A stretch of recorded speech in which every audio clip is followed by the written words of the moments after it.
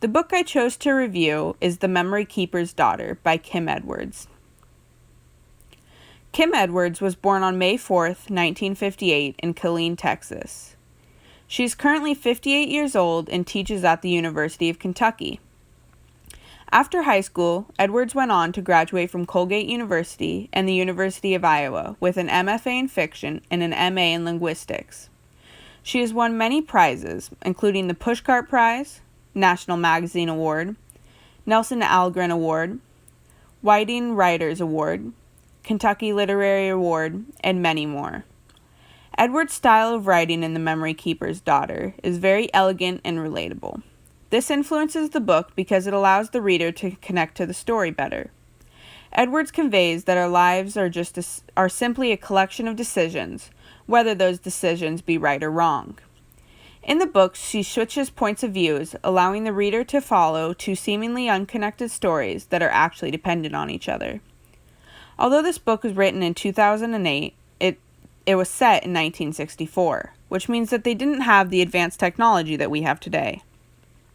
The main characters in The Memory Keeper's Daughter are Dr. David Henry, who's the father of Paul and Phoebe. He is the archetype of the ruler. Nora Asher, David's wife and the mother of Paul and Phoebe, has the archetype of a lover. Her son, Paul, also Dr. David's son and Phoebe's brother, has the archetype of the regular guy. Phoebe Henry, who's raised by Carolina Gill, has Down syndrome, and she has the archetype of the innocent. Carolina Gill, who takes in Phoebe and raises her as her own, giving her unconditional love and support, has the archetype of the caregiver. During a rare winter storm in Kentucky, 1964, Dr. David Henry was forced to deliver his pregnant wife with the help of the nurse, Carolina Gill. At first, she delivered a healthy baby boy, who they later named Paul.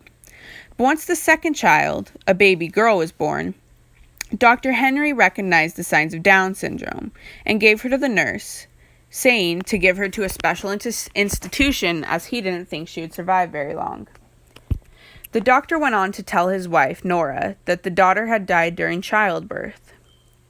Although Carolina Gill tried to give the daughter to the institution as she was told, she didn't believe that was the right decision, so she took Phoebe and decided to raise her as her own. They moved out of the town and started a life together. As the book goes on, Paul is raised inside a wealthy home, but with parents who have deep unresolved issues. Dr. Henry feels awful about lying to his wife, and Nora is broken about having lost her only baby girl. On the other side, Phoebe grows up in a lower-income house, but with all the love and positivity one could ask for. Caroline takes her to special classes that help her adapt to life while attending public school, since Caroline didn't believe that she should be discriminated against just because she has Down syndrome. There are many themes present in this book, but a main one is the importance of acceptance. Throughout the whole book, you see that even though Phoebe grew up in a less fortunate household, she still had all the love and acceptance she could ask for. And Carolina made her life so much better. A major symbol in the book is the camera Nora gave to David. The camera was his memory keeper. David loved taking photos, as when they are taken, they can capture a perfect moment.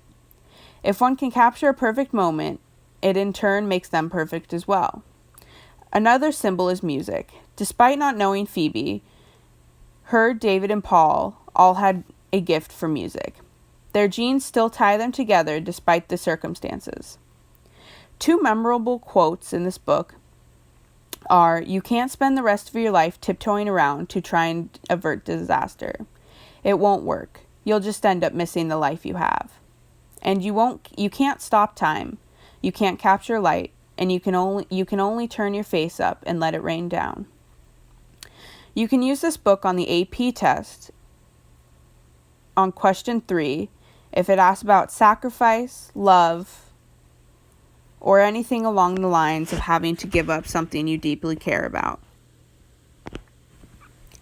I hope this review of The Memory Keeper's Daughter by Kim Edwards has or will be helpful to you in the future. Thank you for listening.